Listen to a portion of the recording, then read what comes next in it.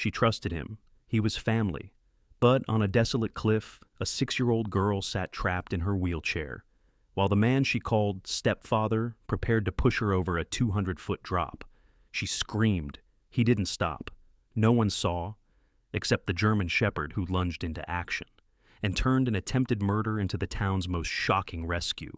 The morning in Seabreeze, Oregon, carried the kind of clarity only the coast could give. The sun rose pale and sharp over the Pacific, its light stretching across jagged cliffs and the rolling grasslands that met them. The wind was crisp, threading through the scent of salt water and dry earth.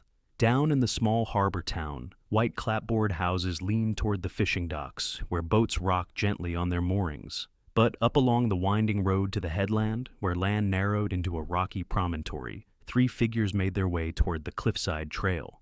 Emily Carter sat small and light in a chrome-framed wheelchair, her legs tucked under a soft blanket. She was 6 years old, her fair skin almost luminous in the morning light, her long brown hair tied low, with a pale ribbon that fluttered in the wind.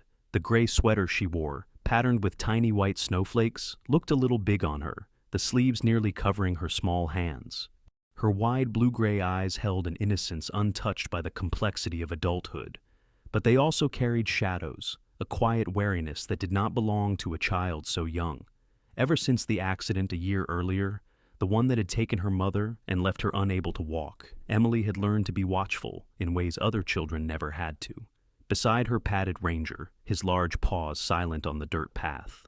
The German shepherd was 4 years old, his black and tan coat thick and glossy, his build muscular yet agile. His amber eyes were bright and alert, and his ears stood tall, swiveling at each sound. Ranger had been trained once for search and rescue work before he was retired early for a healed leg injury. The training had never left him. To Emily, he was more than a pet. He was her guardian, her shadow, her warmth in the night. When she laughed, his tail wagged. When she cried, his head rested in her lap until the tears were gone. Behind and slightly above the chair, Mark Dawson's hands rested on the push handles. At 42, Mark was broad-shouldered and fit in the way of someone who had once been athletic, though the weight of years and disappointments had thickened him in places. His short, dark brown hair was neatly combed, but his jaw carried the faint stubble of a man who had stopped caring for the finer points. His gray eyes could look warm when he wanted them to, though in truth they were cool and quick, scanning for advantage. Mark had arrived in Seabreeze 3 years earlier, after marrying Emily's mother. Since the accident, he had been the only adult in Emily's home, a fact he liked to remind her of, in ways that were never quite jokes. That morning, Mark had spoken in a tone smooth with suggestion. Wouldn't it be nice to go up to the cliffs and see the ocean from the spot her mother had loved? It had sounded gentle, almost loving.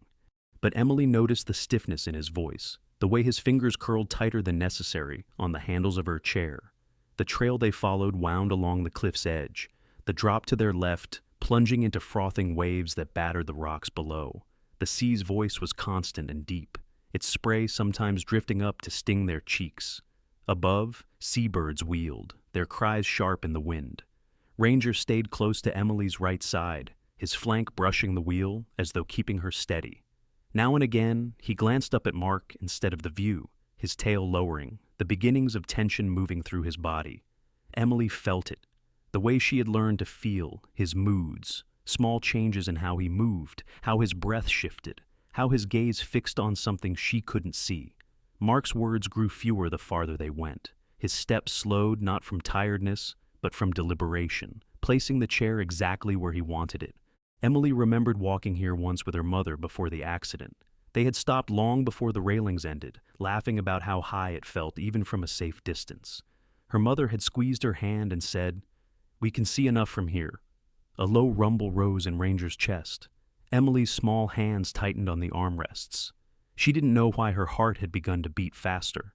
Mark had been polite enough that morning, but she noticed how his eyes kept flicking to the path ahead, not to her, not to the ocean. The wind pushed at them, carrying the tang of salt and the faint mineral scent of stone. "Almost there," Mark said, his voice almost cheerful but ending too abruptly. The path narrowed again, the left side dropping into open space. The sound of the waves below grew louder, more insistent. Ranger pressed closer to the wheelchair, his body tense, his head level with Mark's thigh. Mark's grip on the handles firmed, and Emily felt the faint tip of the chair as he angled it toward the unguarded edge. She tried to keep her voice calm, though it came out small against the wind. "Mark, we can see the ocean fine from here." He did not slow. One more step, and there was nothing between the chair and the open drop but Ranger. The dog's muscles bunched, his ears flattened. Emily had never seen him like this, focused, silent, his eyes locked on Mark, as if measuring the exact moment to move. She felt the chair lurch slightly forward, the horizon shifting just enough to send her stomach up into her throat. In that instant, Ranger swung in front of her, planting his body firmly between the chair and the edge, his teeth bared, a growl rising sharp over the sound of the wind. Mark stopped, his eyes cutting down to the dog, and the air between them turned as tight as a pulled rope. Emily gripped the armrests, her gaze darting between them, and understood in a way that made her feel older than her 6 years. This outing had never really been about the ocean. The wind from the cliff still clung to Emily's hair as Mark finally steered the wheelchair back toward the house. His steps quicker now, his grip on the handles harder than before. Ranger stayed close on her right side, his head occasionally turning to glance up at her, as if to reassure himself she was still there and unhurt. Behind them, the ocean's roar softened into a distant hush, replaced by the muted sounds of the small streets of Seabreeze. The town's pastel-painted shopfronts and quiet sidewalks gave little sign that anything unusual had just happened, but Ranger's low, restless breathing told another story. While Emily was wheeled home, far across town, Sarah Collins was rinsing brushes in a porcelain sink, her art classroom bathed in the golden light of a late morning sun. Sarah was 33, with shoulder-length hair the color of pale wheat that caught the light when she moved. Her figure was slim, her posture naturally upright, giving her an air of quiet self-possession. She wore a faded denim jacket over a soft cream blouse, smudged with traces of watercolor paint.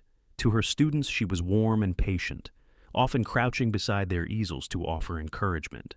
But those who knew her better understood the steel beneath her gentleness. Years ago, Sarah had been engaged to a man who had hidden a gambling problem so well that when the debts came due, they swallowed nearly everything she owned. She had rebuilt her life alone, piece by piece, in Seabreeze, carrying with her a sharp eye for the signs of trouble others might miss. That eye had been drawn, over the past few months, to Emily Carter. It had started with a painting session where Sarah noticed a faint purple mark on Emily's forearm. When asked, Emily brushed it off as something from bumping her wheelchair against a table. Weeks later, there had been another mark, higher up the arm, then one on the small girl's calf when she wore shorts. None were enough on their own to raise an alarm, but they whispered at the edges of Sarah's mind. Children sometimes fall, children in wheelchairs sometimes get hurt more easily. Yet there was something about Emily's eyes when asked how they darted down, her answers too neat, too fast, that kept the questions alive in Sarah. After class that day, Sarah walked down Main Street to the little coffee shop near the post office. The barista, an older man named Harold, greeted her by name, handing over her usual black coffee. Sarah lingered at a corner table, scrolling through her phone until a voice near the counter caught her attention. It was low and sharp, strained through gritted teeth. She glanced over her shoulder, just enough to see Mark Dawson with his back to her, one hand gripping his phone tightly, the other drumming on the counter. His words were quiet, but edged with urgency. "I said I'll have it by Friday. No, I'm not making excuses. You'll get it. Just keep your people out of it." His tone dropped lower, but Sarah didn't need to hear every word to understand the nature of the conversation. Mark left without noticing her. Sarah's eyes followed him out, the memory of those bruises on Emily's arms stitching itself together with the tension she'd just overheard. She waited a few minutes before rising, heading for the door, her coffee untouched. There was a line between concern and intrusion, but she had learned the cost of ignoring her instincts. Back at the Carter house, Emily sat at the kitchen table, coloring in a book Ranger had nudged toward her earlier. The dog lay on the rug beside her chair, his head resting on his paws, but his ears twitching toward the hallway where Mark was on the phone again. Ranger's amber eyes tracked every rise and fall of Mark's voice.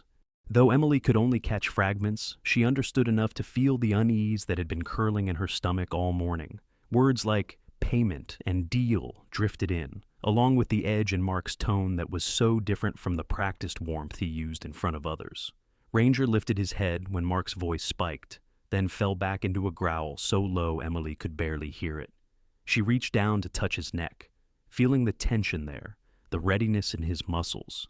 He'd done the same earlier that day on the cliff path, reacting not just to Mark's movement, but to something deeper, something Emily couldn't name. By late afternoon, Sarah had made her way to the Seabreeze Public Records office. She knew the clerk, a woman named Denise who'd been in her evening art class last winter. With a bit of casual conversation and a polite request, Sarah managed to look through recent filings. It didn't take long to find Mark Dawson's name attached to a business license for a marine supply company that had been dissolved the previous year. The file was thin, but one document caught her attention. A lien notice from a lending group she didn't recognize, one known in whispers among townsfolk as a front for offshore moneylenders who collected debts in person. That evening, Emily sat in the living room with Ranger, reading from a picture book about animals. Mark was pacing in the other room, speaking into his phone again. This time the words were faster, angrier. "I told you, I've got it under control. She's just a kid. It's mine to handle. Don't call here again." Emily's hand froze on the page. Ranger stood, padding to the doorway, his body angled toward the sound. Sarah, meanwhile, walked home with the weight of what she'd learned pressing on her. She didn't yet know how to act without risking Emily's trust, or putting the child in more danger. But she did know one thing. Whatever was going on with Mark Dawson, it wasn't something she could ignore. She paused on her porch, looking toward the faint glimmer of the ocean beyond the rooftops. The wind carried the scent of salt, and something heavier, like the moment before a storm. In the Carter house, Mark hung up the phone and returned to the kitchen with a practiced smile. "Long day," he said, as if to himself. Emily looked down quickly, not meeting his eyes, and Ranger moved to stand between them, without a sound. Morning mist still clung to the grass along the trail, thin fingers of it curling into the low hollows between the rocks. The sky had the kind of cold blue that made the edges of everything sharper, the cliffs, the sea, even the sound of gulls crying far overhead. Emily Carter sat in her wheelchair, the wheels crunching softly over the dirt path, her blanket tucked snug around her legs. She was quiet, her small hands resting on the armrests, though her gaze kept darting to the left, where the ground fell away into the open air. Beside her, Ranger moved like a shadow, his powerful frame close enough for his flank to brush the side of the chair with every step. Mark Dawson was unusually silent that morning, his dark brown hair slicked neatly back, but his eyes carrying a restless glint. At 42, his strong build and square shoulders still suggested strength, but it was the kind built for control rather than care. His jaw tightened whenever the path narrowed, as though every foot closer to the edge brought him nearer to something he had decided long before. He had chosen the long way up to the Seabreeze cliffs, avoiding the route that passed through the town. Emily had noticed, but she hadn't asked why. Some part of her didn't want the answer. The air grew thinner as they climbed higher, the sea's voice rising with them. Emily's sweater sleeves bunched under her fists as she gripped the chair's sides. "Mark, can we stop here?" Her voice was small, carried off in pieces by the wind. He didn't answer. His hands stayed steady on the push handles, guiding her toward the place where the path ended in bare rock, the grass falling away to nothing.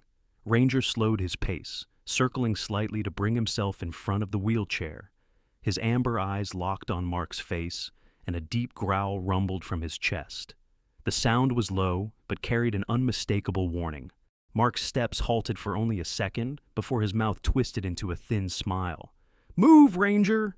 When the dog didn't, Mark's right foot shot out, catching Ranger's shoulder in a sharp kick.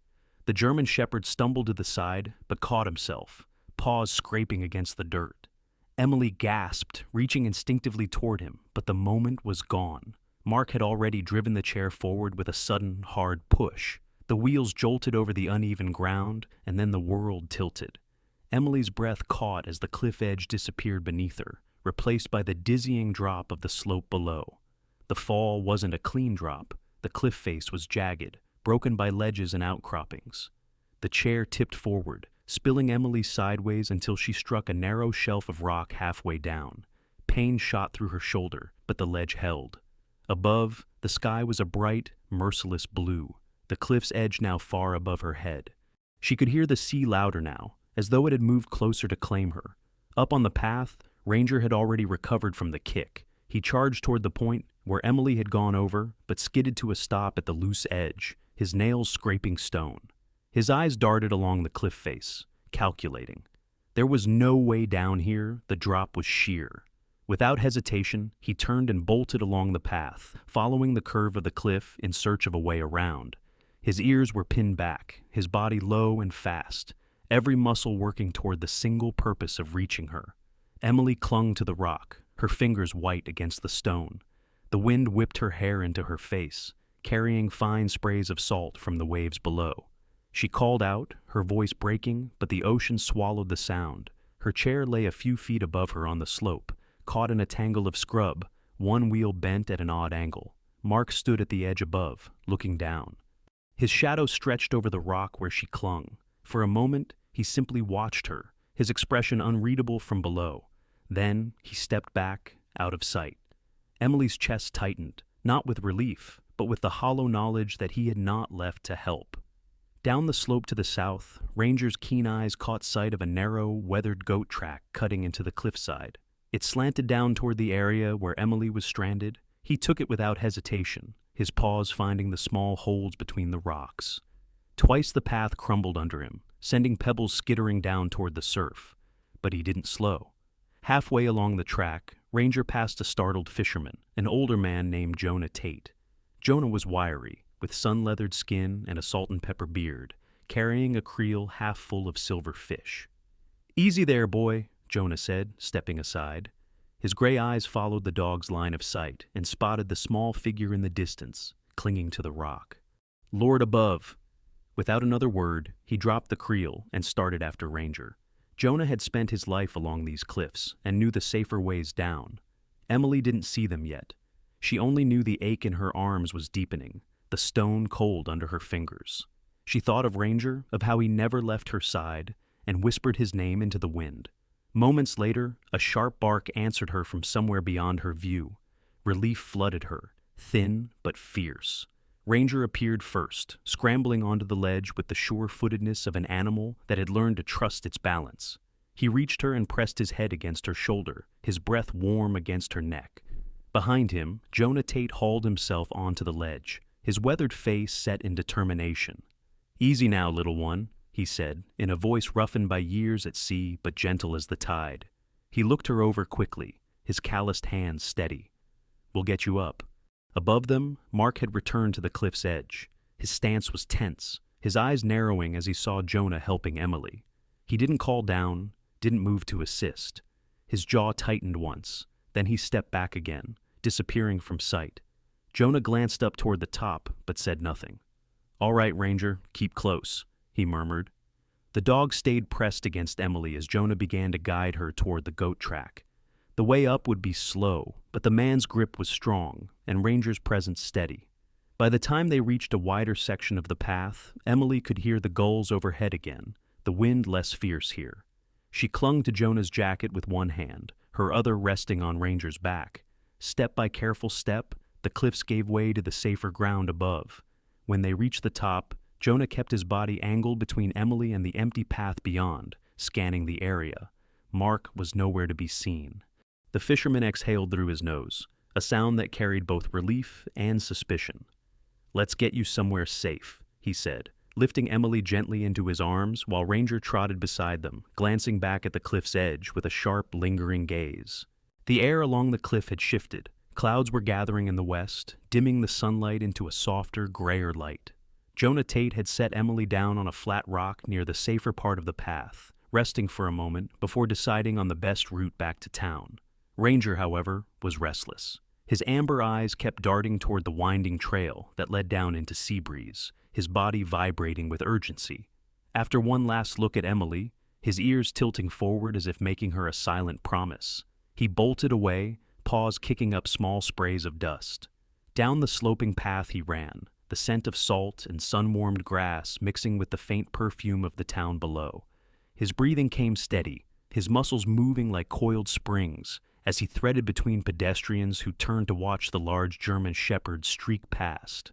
The black and tan blur didn't stop until he reached the corner of Harbor Street, where a figure was stepping out of the small art supply shop. Sarah Collins was balancing a brown paper bag against her hip, her pale, wheat-colored hair pulled into a low bun, a few wisps framing her thoughtful face.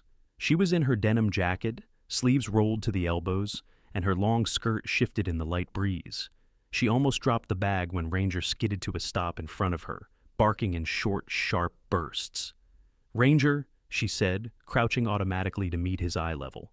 Her slim frame tensed. She'd seen him plenty of times when Emily brought him to class, but never like this. His eyes were wide, his breath quick, his whole body jerking toward the direction of the cliffs. He barked again, a sound edged with desperation, and then darted a few steps toward the path leading out of town before stopping to look back at her. Sarah set the bag down on the sidewalk, her heartbeat picking up. "Something's wrong," she murmured. She straightened and scanned the street, spotting a tall figure in uniform coming out of the diner across the road. Deputy Jack Miller was hard to miss. At 46, the town sheriff carried himself with the steady weight of experience. His dark hair was streaked with silver, and a neatly trimmed beard framed a face marked by lines of sun and responsibility. Broad-shouldered and solid, he moved with the unhurried efficiency of someone who knew panic wasted time. His hazel eyes flicked to Sarah as she called out to him, then to the agitated dog at her side. "Jack!" Sarah's voice was sharper than usual, cutting through the mild chatter of Main Street. "It's Ranger. He's trying to get me to follow him." Jack crossed in a few long strides, the leather of his boots creaking. "Where's Emily?" he asked, already reading the urgency in Sarah's tone. "That's just it. I don't see her, but he's pulling toward the cliffs." Ranger barked again, leaping forward against Sarah's loose hold on his collar. Jack didn't hesitate. "Lead the way." The three of them moved quickly through the back lane that cut between the hardware store and the post office, emerging onto the winding path that led toward the cliffs. Ranger took point, glancing over his shoulder now and then to make sure they were following. Sarah kept pace beside Jack, her mind racing. She'd noticed bruises before, overheard that conversation at the cafe, and now her fears were finding a shape she didn't want to name. Meanwhile, back on the cliff, Mark Dawson was playing his part with the precision of someone who'd rehearsed it in his head. He had returned from wherever he'd been hiding and approached Jonah Tate with a show of breathless concern. "I've been looking everywhere for her," he said, kneeling beside Emily. His hands were gentle on the blanket over her legs, his expression a mask of relief. Jonah, still winded from the climb, narrowed his eyes slightly but said nothing. He didn't know the full story, but he had been around enough people to recognize when someone's words didn't match the undertone in their voice. "We should get her back to town," Jonah said simply. "Right, of course." Mark stood, scanning the horizon briefly, then added, "I'll run ahead for help. You stay with her." He didn't wait for agreement. He was already striding toward the upper path. But once he was out of sight, his pace slowed. His gaze flicked toward the narrower, less traveled trail that looped down and around, a path that would lead him below the ledge Emily had been rescued from earlier. The thought formed quick and cold in his mind. An accident here, out of sight, could undo what Jonah had just done. Ranger reached the rise before the final climb to the cliff's edge, his ears snapping forward. He broke into a run, pulling ahead until the world narrowed into the steep path. Sarah followed close behind, her breath sharp in the cool air, while Jack's steady strides closed the distance between them and the open view of the sea. From the top, they could see Jonah with Emily on the far side of a grassy stretch, the older man crouched and speaking softly to her. But Mark was nowhere in sight. Ranger's bark changed pitch no longer, just urgent, but protective.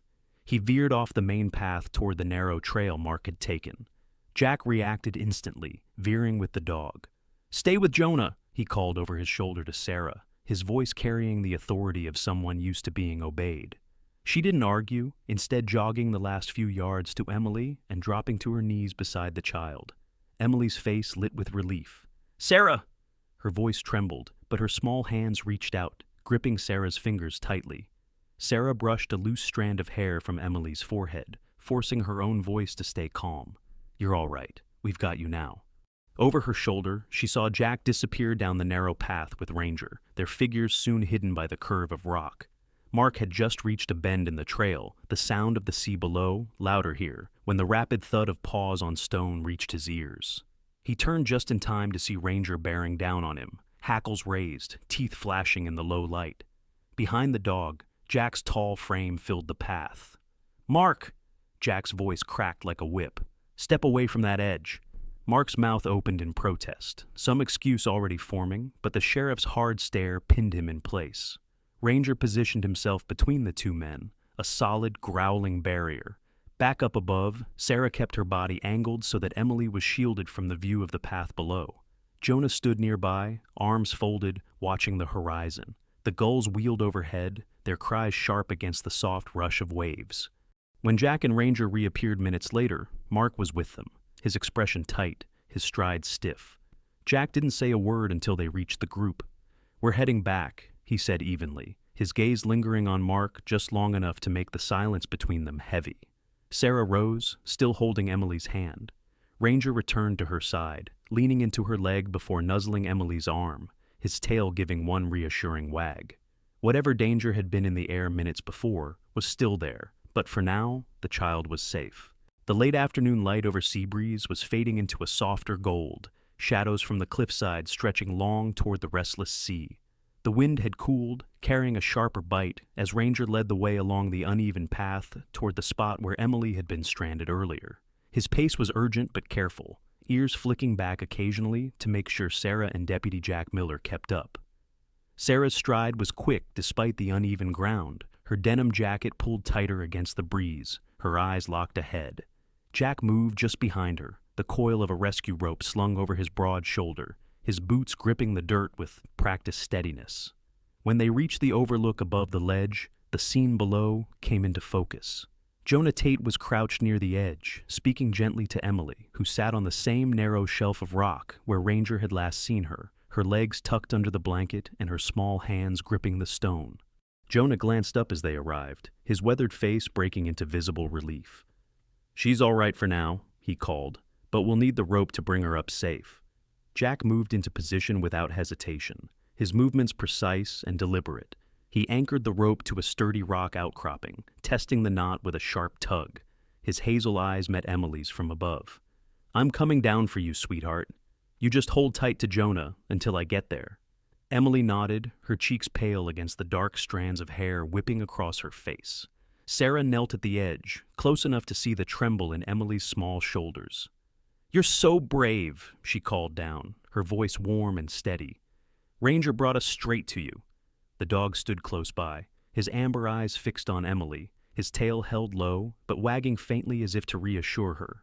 Jack began his descent, lowering himself down with controlled ease, the rope creaking softly under his weight.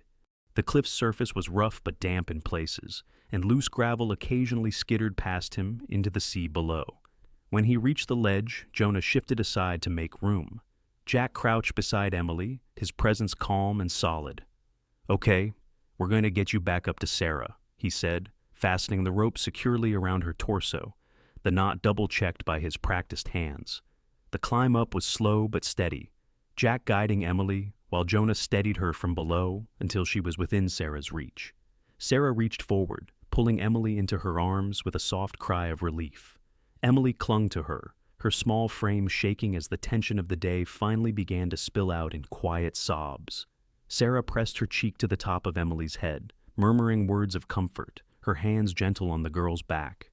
Ranger circled them once before planting himself firmly between Emily and the path behind them. The sound of approaching footsteps drew all eyes upward. Mark was making his way toward the group, his expression fixed in a mask of concern. "I heard shouting," he said quickly, his voice pitched just right for alarm. "Is she—" Emily turned in Sarah's arms, her tear-streaked face lifting toward Jack. "He tried to push me," she blurted, her voice breaking but clear. "He pushed me toward the cliff." The words hung in the air, stark against the rush of the wind. Mark froze mid-step, then took another slow pace forward. "Emily, no—" But Ranger's body stiffened, a sharp growl cutting off whatever Mark had meant to say. The German shepherd moved forward a half step, the fur along his spine lifting as he planted himself squarely between Mark and the others. Jack's stance shifted subtly, his broad shoulders squaring as his gaze locked on Mark. "We'll talk about that in a moment," he said, his voice calm but edged with authority. He turned slightly toward Sarah. "Stay here with her." Then to Mark, "Let's take a walk back to your vehicle." The two men moved away from the cliffside, Ranger pacing a few feet behind them, his eyes never leaving Mark. When they reached the parking area, Jack gestured toward the SUV parked alone by the trailhead. "Open it." Mark hesitated, but Jack's steady stare left no room for negotiation. The sheriff stepped aside just enough to watch Mark unlock the rear door. Inside, among a few blankets and a worn jacket, a manila envelope sat on the back seat. Jack reached in, pulling it open to reveal a document bearing the letterhead of a local attorney's office, a will that listed Mark Dawson as the sole heir. The ink was fresh, the signature line bearing a name in handwriting too shaky to be genuine. Beneath the will was another set of papers, financial records, past due notices, and a single page stamped with the name of the lending group Sarah had uncovered in her earlier search. The amounts were large, the interest rates staggering. Jack flipped through them, the wind tugging at the edges. "You've got yourself in deep," he said evenly, tucking the papers back into the envelope. Mark's mouth tightened, his jaw working as though he might speak, but Jack shut the door and locked the SUV with a click. "We'll be talking about this at the station," the sheriff added. His tone was still calm, but it carried the weight of something final. When they returned to the others, Sarah was kneeling beside Emily, brushing her hair gently out of her eyes. Jonah stood a short distance away, arms folded, his expression dark. Ranger moved immediately to Emily's side, his head nudging her arm before settling to sit close, the picture of watchful loyalty. Jack glanced at Sarah, giving a brief nod that told her the truth was now out in the open. Sarah met his gaze, her own tightening with resolve. Emily's small hand clung to Ranger's collar, the dog's warm presence anchoring her against the cold that had nothing to do with the wind. They started back toward town. As the sun dipped lower, the shadows lengthening over the cliffs. The wind was still brisk, but it no longer carried only the scent of the sea. It carried the weight of what had been uncovered, and the certainty that this was only the beginning of settling it. The morning after the cliffside confrontation, Seabreeze woke under a sky washed clean by night rain, the harbor glittering in the first pale sunlight. The gulls were louder than usual, as if echoing the restless hum running through the town. News traveled quickly in a place this small, and by the time Sarah Collins stepped into the sheriff's office with Emily in her arms and Ranger padding at their side, most of Main Street already knew something had happened. Mark Dawson was there, seated behind the front desk in a chair far less comfortable than the one he had pushed up the cliff the day before. His wrists were bound in steel cuffs, the cut on his lip still fresh from when Ranger had intercepted him on the narrow trail. Deputy Jack Miller stood nearby, his broad shoulders blocking the doorway to the holding cell. His hazel eyes were steady, his tone matter-of-fact as he reviewed the charges: attempted murder, financial fraud, possession of forged documents. Mark stared at the floor, his jaw set, but the fight in his expression had gone slack. Sarah kept Emily turned slightly away from the sight, her own frame rigid but her voice calm as she spoke quietly to Jack about the next steps. Jack explained that the district attorney's office would handle the case from here, but given the clear danger to Emily, she would need a safe guardian. Without hesitation, Sarah agreed to take her in. There was no grand announcement, no ceremony, just a signature on a temporary custody order and a promise, silent but firm, that she would keep the child safe. They left the station together, Sarah's arm curled around Emily, Ranger trotting close enough that his flank brushed Sarah's skirt with every step. Sarah's small two-story house sat a few streets back from the ocean, its white clapboard siding softened by years of salt air. The yard was enclosed by a low picket fence with a small gate that Ranger learned to nudge open with his nose. Inside, the house smelled faintly of linseed oil and paint, a mix of art and home. Sarah's life had been quiet here before, work, evening walks, the occasional visit from neighbors. But it shifted easily to make room for Emily's wheelchair in the hallway and Ranger's bed in the corner of the living room. Ranger settled quickly, keeping watch at the base of the stairs or by the back door, always within earshot of Emily's voice. Emily herself began to soften into the space, her shoulders losing some of the constant tension as the days passed. Sarah set up a corner of the sunroom for her art supplies, bringing in low tables and fresh paper, encouraging Emily to draw or paint when she didn't feel like talking. It wasn't therapy in the formal sense, but it was a place for her to put the images in her mind somewhere outside herself. By the third week, Sarah had arranged for Emily to start physical therapy at the small rehab clinic run by a woman named Dr. Helen Monroe. Helen was in her late 50s with close-cropped silver hair and the upright bearing of someone who had once been a competitive swimmer. She spoke plainly, smiled sparingly, but had a way of coaxing stubborn muscles into movement without pushing them into pain. Ranger was allowed to accompany Emily to her sessions, lying beside the mat as she practiced standing with support. The dog's steady gaze seemed to anchor her, his tail thumping once in encouragement each time she took a stronger step.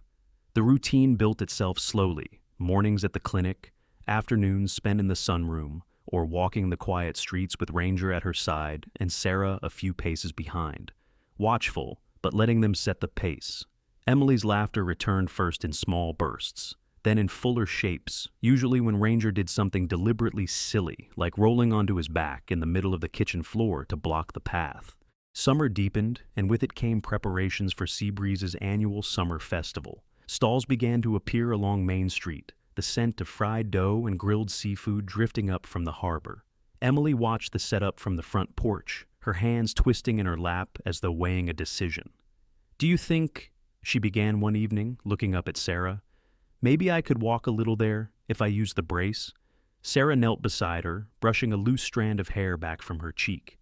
"If you feel ready, we'll be there with you," she promised, glancing toward Ranger, who wagged once as if sealing the deal.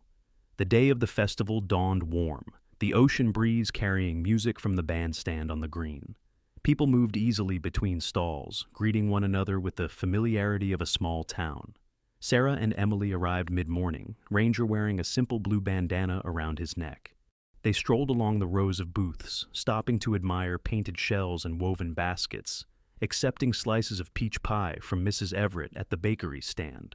Near the center of the green, a small crowd had gathered for the opening ceremony. Sarah and Emily found a place near the front. When the mayor finished his brief welcome, Sarah leaned down. "If you want to try now, I'll be right here." Emily nodded, her small hand tightening around the handle of her cane. With slow care, she rose from the wheelchair. The brace along her leg glinted in the sun, her balance steadying as she placed one foot forward, then another. The crowd noticed, the gentle murmur turning into quiet encouragement. Ranger paced beside her, matching her speed, his body angled protectively as if guarding her from the world. Emily took 3, then 4 steps, her eyes fixed ahead, the sound of applause building softly around her. By the time she reached the edge of the small platform where the mayor stood, her smile was bright and unguarded. She turned slightly, one hand resting on Ranger's back. In that moment, framed by sunlight and the hum of the festival, she looked not like the girl who had clung to a cliff ledge, but like someone who had taken her first steps toward a future she could choose. Sarah's eyes shone as she moved to join her, placing a steadying hand on her shoulder.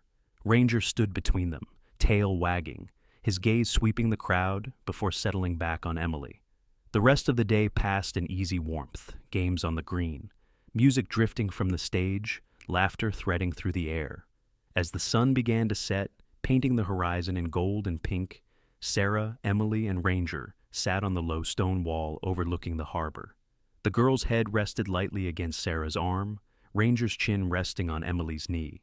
For the first time in a long while, there was no shadow at the edge of the moment, only the simple peace of being exactly where they belonged. Emily's life was hanging by a thread, but her loyal German shepherd refused to let her fall. In that moment, it felt like God sent him as an angel in fur, turning a cruel plan into a miracle of survival. May we all remember that loyalty and love are among God's greatest gifts. Share this story, subscribe, and if you believe in miracles like this, comment Amen.